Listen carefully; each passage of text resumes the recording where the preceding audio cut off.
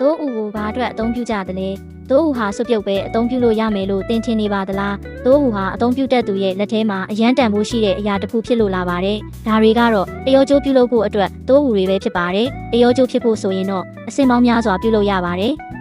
ပထမဦးစွာတိုးဦးတွေကိုပျော့ပြောင်းသွားစေဖို့နဲ့အနံပြောက်စေဖို့စားရည်တဲ့2ရက်ခန့်စိမ်ထားရပါတယ်ထို့နောက်ပြင်လွှာမှာရှိတဲ့အစီနဲ့အကြည့်အချွဲတွေကိုချစ်ချလိုက်ပါတယ်ဒါကိုတော့နေတိုင်းထက်ကလှုပ်ဆောင်ရပါတယ်တပတ်ကြာပြီးနောက်မှာတော့ကျင်းနီကွင်းအသုံးပြုပြီးတော့ဦးအပြင်းနေရန်ကအညစ်အကြေးတွေကိုဖယ်ရှားပါတယ်ထို့နောက်တိုးဦးကိုဓာတ်သွားအသုံးပြုပြီးနှစ်ချမ်းခွဲပါတယ်ထူတဲ့ဦးနဲ့ပါးတဲ့ဦးတွေကိုအရွယ်အစားမျိုးမျိုးရှိတဲ့တရောကျိုးပြုလုပ်ပါတယ်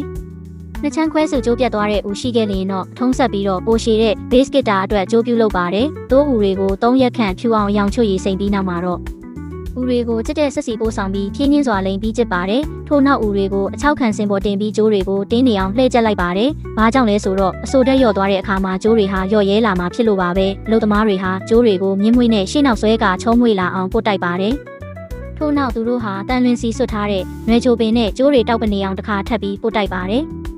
နောက်ဆုံးမှာတော့အချောက်ခံစင်မှကျိုးတွေကိုဖျက်တောက်ပြီးလိုအပ်တဲ့အရှည်တိုင်းကဖြစ်ပါတယ်တမူထူးခြားတဲ့အတန်ထွက်ဖို့အတွက်ငွေအစစ်နန်းကျိုးမြင်လေးတွေနဲ့အပေါ်ကတလွာဖြစ်အုပ်မိုးကကျစ်လိုက်ပါတယ်ကျွန်တော်တို့လိုချင်နေတဲ့တရောတလက်ကတော့ခုအခါမှာတော့ပြည့်စုံသွားပါပြီ